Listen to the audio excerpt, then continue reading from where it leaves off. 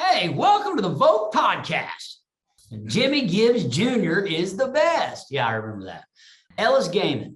Man, there was this one time my friend Keith and I, we went to 7-Eleven, filled up our socks with snow cones. Do you know the socks? Yeah, yeah. Now that I remember. Can you remember your favorite Keith story? No, there's so many of them. There's so many of them. I've heard on YouTube, somebody sent me before a YouTube compilation of all the Keith stories. It's like 15 minutes long. Yeah, it's crazy. Yeah, and they're great. They're really funny. It's funny too, because I don't really remember them, even though I made them up, or a lot of them I made up. We would just keep, like I said, we would just talk. Mm-hmm. They would kind of give me a couple lines or a little bit, and then I would just go off. But the thing about it is, like, when you're in character like that and you're living in that character's head, it comes more freely, So like, I haven't thought about or been in that character's head for quite some time. Yeah. Whereas when I'm in that character's head, it's a lot easier to improv because I'm thinking like Ellis and I'm, talking like Ellis and I'm, rationalizing like Ellis. Responding like Ellis, so it's it comes a lot more naturally. Next question from 1-7. Would Ellis and Zoe make a badass zombie slaying couple? Do you remember Zoe from Left 4 Dead? Yeah, of course. Yeah, of course we would. Yeah, you were talking about her a lot. Yeah, he liked her. Yeah. So he's trying to hit on her. Exactly, but never could kind of never did get it. Never did seal the deal. How's Keith doing? Oh man, Keith's good. He's good. He's still running around like a crazy man. I imagine Keith's still doing stupid shit. I think he would be doing, yes, with Ellis. Yeah, with Ellis. They seem like the type of people that would get nominated for like a Darwin Award. For some reason, there are so many line requests over here. One from Optimerist. Just a car? Just a car? I think he was talking about the Jimmy Gibbs Jr. car. Oh, just a car? Just a car? And why does everybody want you to say Ellis Gaming? Could you say Ellis Gaming again? Yeah, sure. Ellis Gaming. What else do we have here?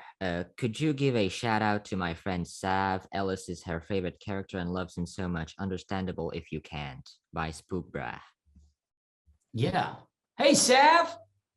Sending you lots of love. Shout out from your boy Ellis.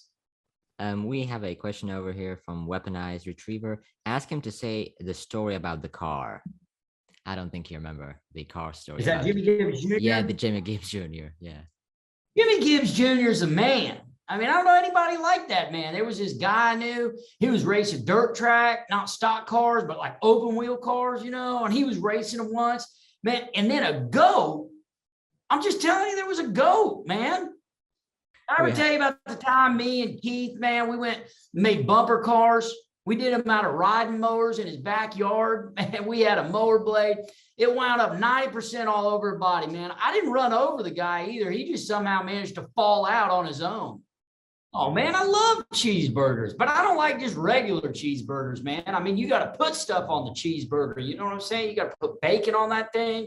You got to put a little cheese on that thing. You better not get near me with mayonnaise. I'm scared of mayonnaise. I ever tell you about the time me and Keith, we blew up a can of mayonnaise, made me vomit. That made him vomit. Since then, I've never eaten mayonnaise. So no mayonnaise on my burger. You got that? Thoden wants you to say hogwash. Hogwash.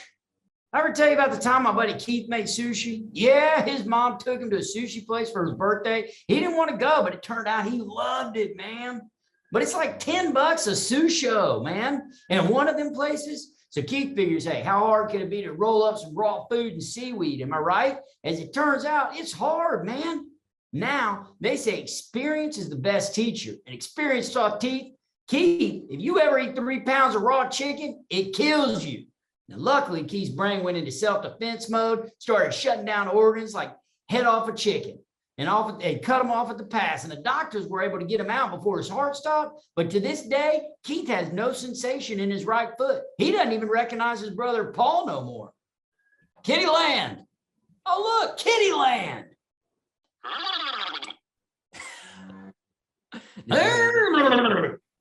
Man, I ever tell you about the time my buddy Keith fell out a roller coaster? Yeah, he didn't drop far, mind you, just onto the tracks. But the carnival people, man, they wouldn't stop the ride because all the other people paid good money. And Keith, he snuck on for free. So he just had to dodge it like 20 minutes or so. Is there anything Ellis has to say about the Vogue podcast? Man, I ever tell you about my friend Ronald? He had this podcast. He called it the Vogue podcast. I don't know. Maybe he had to pay for each letter and he didn't want to say vocal. So he just said Vogue.